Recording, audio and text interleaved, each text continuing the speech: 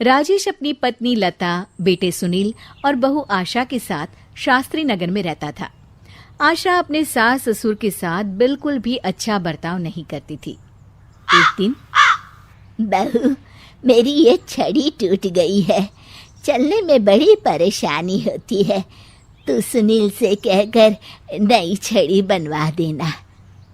सासू माँ, एक तो इतने खर्चे होते हैं और ऊपर से आपकी ये छड़ी खरीदने निकलेंगे तो 1-1.5 हज़ार से तो कम की तो आएगी नहीं।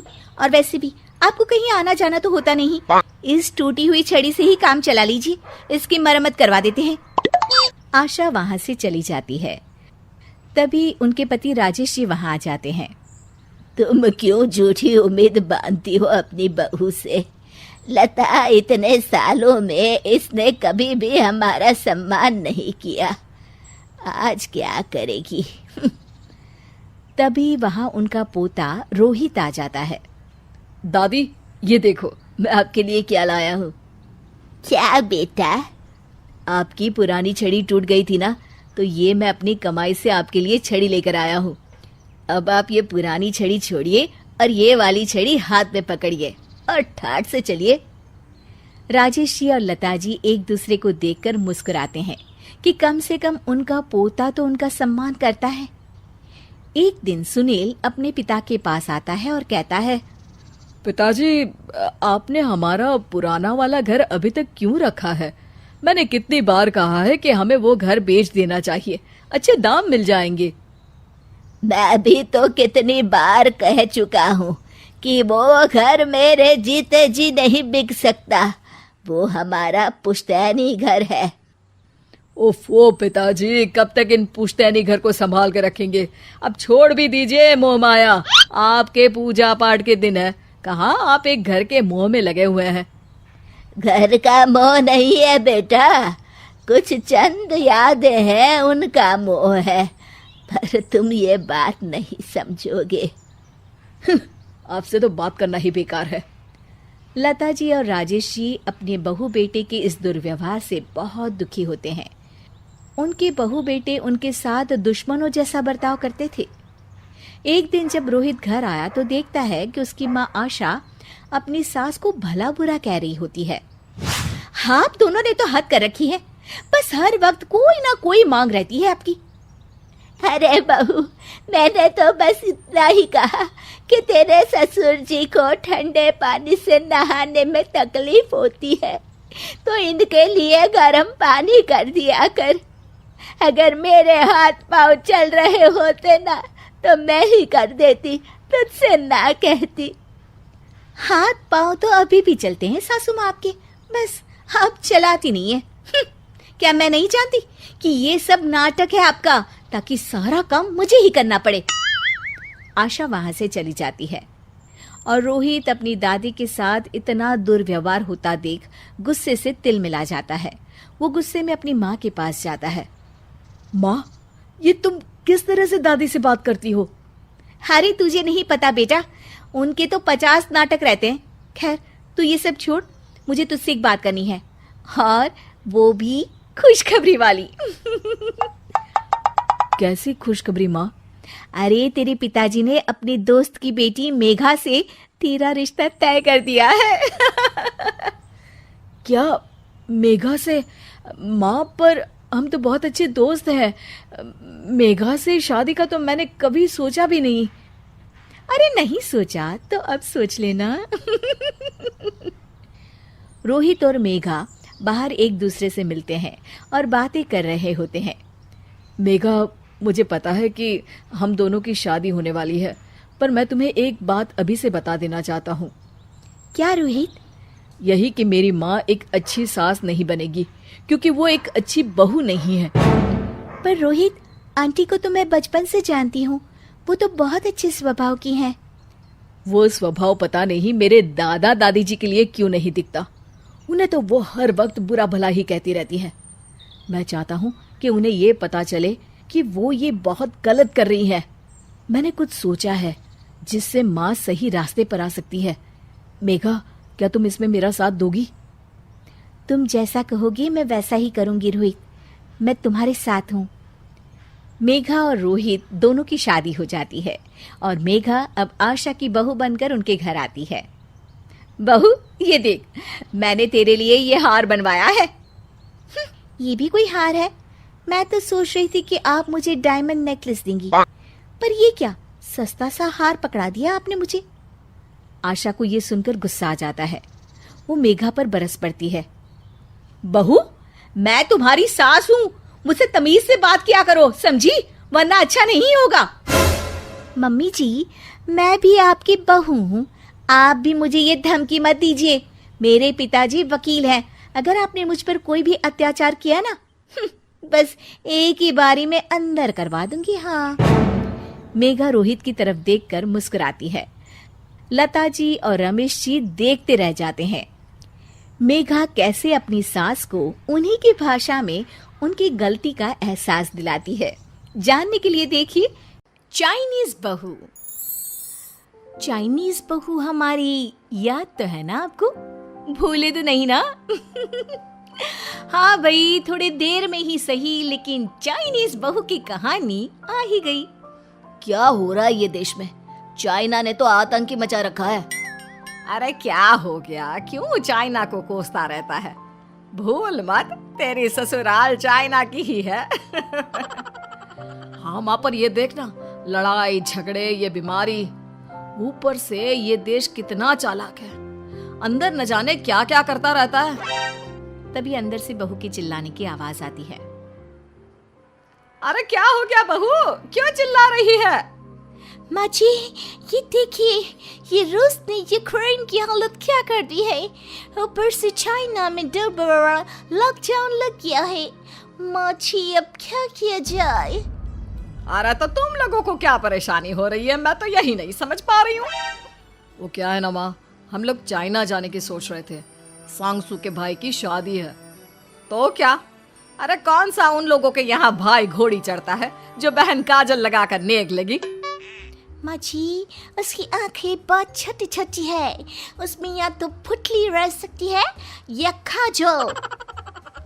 साले की पुतली निकाल कर काजल लगा दो, अंधा कहीं का। क्या क्या बोले तुम मेरे भाई के बारे में? अरे नहीं नहीं बहू, वो तो बोल रहा था कि तुझे नेग मिल जाएगा। हाँ, बहन है ना तो उसकी। नहीं नहीं माँ जी, मैं सब समझती, ये मेरे भाई का मजाक बनाते रहते। कितना सीधा है मेरा भाई, बिल्कुल छिपकली जैसा। नहीं नहीं बहू, सीधा गाय जैसा होता है। सही पकड़े हैं माँ जी। हाँ, तो मेरे भाई की शादी है, मैं चाइना जरूर जाऊंगी। तभी एक पड़ोसन आ जाती है। अरे नहीं नहीं बहू, तू कहीं ना जा, हम लोगों का मन कैसे लगेगा तेरे बिना। ले बहू, तेरे भाई के लिए ये शॉल रख ले, हमारी तरफ से गिफ्ट कर देना। अरे सब कितने अच्छे हैं, मेरी चाइनीज बहू को कितने प्यार से तुम लोगों ने एक्सेप्ट कर लिया। सच में बड़ी भाग्यशाली हूँ मैं। कैसी बात कर रही है? ये तो हम लोगों के देश की खूबसूरती है कि हर किसी को दिल से अपना लेते हैं, बस वो भी दिल से हमें अपना समझे। कैसी बात कर रही है आंटी जी? मेरे लिए आप सब सासू माँ जैसी ही हैं। मुझे भारत बहुत अच्छा लगता है, ये सबसे अच्छा देश है, मेरा भारत महान। वैसे भी लड़के की शादी जहाँ होती है वो तो वहीं की हो जाती है ना। जीती रे बहू, सही बोल रही है। औरत तो होती ही पानी की तरह है, जो जहाँ जैसे रखे वैसे ही शेप ले लेती है। आंटी जी, ये थोड़ा सा ज्यादा हो गया, समझ नहीं आया। नो प्रॉब्लम, मैं चाय बना कर लाती हूँ। फिर क्या, वो दिन भी आ जाता है जब बेटे बहू को चाइना जाना पड़ता है। वहां जाकर बहू का भाई कहता है, मेरे बहन आ गए, मेरे बहन आ गए। मैंने सबको बोला कि सब हिंदी में बात करेंगे, नहीं तो बहन नाराज हो जाएगी। थैंक्स बॉय, हिंदी मेरी भाषा है। अब मुझे उसमें बात करना अच्छा लगता है। आपने जीजा जी से मिलो। ओ बहन, तुम अंदर चलो। सभी बहू को अंदर लेकर चले जाते हैं, लेकिन सांगसू का पति वो तो बेचारा चाइना के ससुराल के आंगन में अकेला खड़ा रहता है। काफी देर तक जब कोई उसे नहीं पूछता तो वो माँ को घर पर फोन करता है। हाँ बेटा, पहुंच गए ना कुशल मंगल? हाँ माँ, लेकिन सांगसू पता नहीं कहाँ है। वो तो अंदर गई है, तब से बाहर आई ही नहीं। अरे कैसी बात कर रहा है? तो तू अंदर चला जा, तू बाहर क्यों है? अरे दामाद है तू वहां का। उन लोगों ने तुझे बिठाया, चाय पानी कुछ नहीं पूछा? नहीं ना माँ। तभी सामने से सांगसू आती है। क्यों आप अभी तक तैयार नहीं हुए? और ये बैग लेकर क्यों कमरे से बाहर आए? इसे वहीं रख देती। कमरा? कौन सा कमरा? अरे कैसी बात कर रही हो? जब से तुम अंदर गई हो मैं बाहर ही तो खड़ा हूँ। बहू को बहुत हैरानी होती है और गुस्सा भी आता है। तभी उसका भाई और माँ आ जाते हैं। और सांगसू, अंदर खाना लग गया है। पहले ये बताओ कि मेरे पति को किसी ने खाना या पानी क्यों नहीं पूछा? वो भारत से ससुराल पहली बार आया है, वो भी मेरे कहने पर। उनकी इज्जत क्यों नहीं की? देख बेटी, तूने जबरदस्ती जिद में शादी की थी तो हम लोगों ने कर दी, लेकिन अब तुम ये सोचो, पूरी चाइना में मैं इस इंडियन को अपना दामाद बताऊं? So sorry. हाँ सांगसू, और तुम भी चुप रहना, नहीं तो वो लोग मेरी शादी तोड़ देंगे। ओह, ऐसी बात है। कोई बात नहीं, मैं बाहर होटल में रह लेता हूँ। तुम वही करो जो ये लोग चाहते हैं। कैसी बात कर रहे हो? शादी के बाद पति जैसा भी हो, जो भी हो, पति होता है। वैसे भी तुम्हारे पूरे परिवार ने, सबने बिना सोचे मेरा साथ दिया, मुझे एक्सेप्ट किया, प्यार किया। मैं अपने देश में आपको अकेला कैसे छोड़ सकती हूँ? ये हिंदी फिल्म का ड्रामा बंद करो, मैं अब ये बर्दाश्त नहीं करूँगी। चुपचाप अंदर चलो, नहीं तो ये शादी वादी यहीं खत्म करके इसे अकेले ही इंडिया जाना पड़ेगा। कैसी बात कर रही हो माँ? ये मेरे पति हैं। है नहीं था, हम लोगों ने यहाँ वकील को बुला लिया है, जिसके बाद अब तेरा तलाक करा के हम यहाँ के चाइनीज लड़के से तेरी शादी करा देंगे। अरे कैसी बात कर रहे हो? हम तो यहाँ तुम्हारी शादी के लिए आए थे। नहीं नहीं, मैं सांगसू के बिना नहीं रह सकता हूँ। हाई वोल्टेज ड्रामा होने के बाद से ही सारा माहौल खराब हो जाता है कि तभी एक लड़की आती है। मैंने सारा इंतजाम कर दिया है, सांगसू की शादी का मंडप परसों लग जाएगा, तब तक इसके पति को कमरे में बंद कर देते हैं। सभी सांगसू के पति का हाथ बांधकर उसे कमरे में बंद कर देते हैं। ये क्या कानूनी है? आप लोग मेरे पति के साथ ऐसा नहीं कर सकते हैं। मैं किसी से शादी नहीं करूंगी, ये साफ बात है। पहले मैं अपनी शादी करूं, फिर तेरी भी शादी करवा दूंगा। सब कुछ तय हो जाता है, भाई की शादी हो जाती है। फिर वो दिन भी आ जाता है जब सांगसू की शादी वो लोग जबरदस्ती करने के लिए उसे मंडप पर ले जाते हैं। ऐसा मत करो, ये मेरी बीवी है। मैं किसी से शादी नहीं करूंगी। कैसे नहीं करेगी शादी? शादी तो तेरा बाप भी करेगा। हो, मैं करूंगा शादी। प्लीज कोई मेरी शादी किसी अच्छा औरत से करवा दे। चुप, बिल्कुल चुप। फिर माँ सांगसू और उसके पति से कहती है, तुम लोगों का बच्चा मेरी कैद में है। अगर तुम लोगों ने कोई भी होशियारी की तो मैं इस बच्चे को मार दूंगी। दोनों माँ का रूप देखकर हैरान हो जाते हैं। बच्चे की खातिर दोनों शांत हो जाते हैं और शादी की रस्में शुरू हो जाती है कि तभी सांगसू की सास पुलिस के साथ आ जाती है। माँ, ससुर माँ आ गई, मेरी माँ आ गई।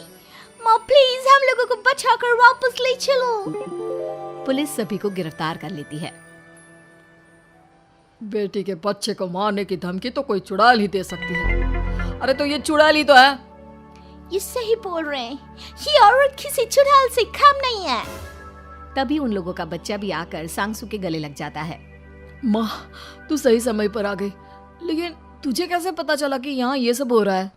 बेटा, ये चाइनीज लोग ना होते ही धोखेबाज हैं। इन लोगों पर मुझे भरोसा नहीं था। इसलिए मैंने तेरे फोन को हमेशा के लिए मेरे फोन से अटैच कर दिया था, जिससे तेरे आसपास होने वाली सारी बात मैं सुनती रहूं। उस दिन भी मेरी तेरी बात हो रही थी तो तेरा फोन ऑन था, मैं सब समझ गई थी। मुझे माफ कर दो। नहीं, बिल्कुल नहीं। चलिए माँ जी, इंडिया वापस चलते हैं। आज के बाद मैं यहाँ कभी नहीं आऊंगी।